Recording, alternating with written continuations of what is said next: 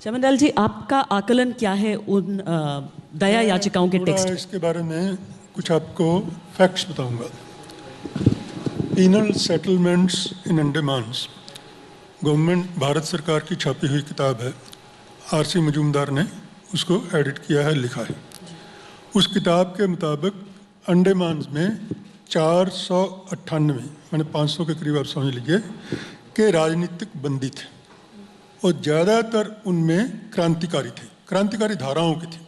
मैंने आप सावरकर को भी चाहे उसमें रख लीजिए, लेकिन उसके साथ गदर पार्टी के, शहीद भगत सिंह के साथ ही लाहौर कॉन्स्पिरेसी केस के, चिटागांग कॉन्स्पिरेसी केस के, तमाम तरह की क्रांतिकारी धाराओं के बंदी वहाँ पे थे। और उनमें से एक बंदी त्रैलोक्यनाथ चक्रवर्ती 40 साल से ज़्यादा तक अंडमान रहे, 40 साल से ज़्यादा। और भगत सिंह के साथी जो है 16 साल 17 साल वहाँ पे रहे। सावरकर जी तो 10 साल ही रहे।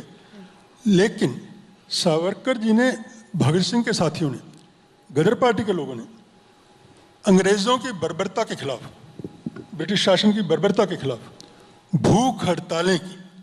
सावरकर जी किसी भूख हड़ताल में शामिल नहीं हुए। महावीर सिंह शहीद हो गए वहाँ पे, गदर पार्टी के राम रखा शहीद हो गए, मोहन मोत्रे शहीद हुए, कम से कम 7-8 लोग भूख हड़ताल करके शहीद हुए।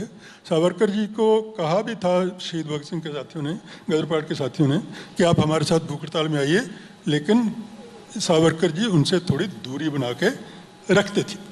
और 14 सितंबर पिटीशन, कोई मैं पिटीशन देने को बुरा नहीं समझता, पिटीशन देना हक भी है किसी भी कैदी का।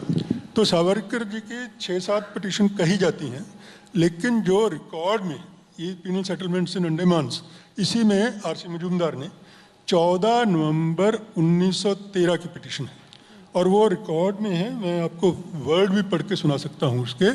उसमें सावरकर जी, देखिए पिटीशन कुछ भी लिख सकते हैं, लेकिन उसकी भाषा पे होता है। माने उस पर उन्होंने जिस तरह की भाषा का इस्तेमाल किया कि अंग्रेज सरकार जैसे माई बाप हो, मुझे कुछ भी काम करने को कहे मैं करूँगा, बल्कि मेरा जेल में रहना बेकार है, मुझे मौका दीजिए कि मैं जाके सेवा कर सकूं, नौजवानों को सही रास्ते पे ला सकूं, क्रांति के रास्ते से दूर कर सकूं। इस तरह की चीज़ें उसमें लिखी हुई हैं। मैं आपको कोटेशन दे सकता हूं। इसके बरक्कस भगत सिंह की आप पिटीशन देखिए, जो उन्होंने 20 मार्च को लेफ्टिनेंट गवर्नर को लिखी, और उसने कहा कि हमें आप, उनके वकील प्राणनाथ मेहता ने कहा था कि भाई आप एक अपील लिख के दे दो। तो उसने कहा अच्छा हम कल देंगे। तो वो कल जब आए तो उसके बाद से वो उन्होंने पिटीशन के हाथ में थमा दी। वो बहुत छोटी पिटीशन थी, 1 पैरे की थी मुश्किल से।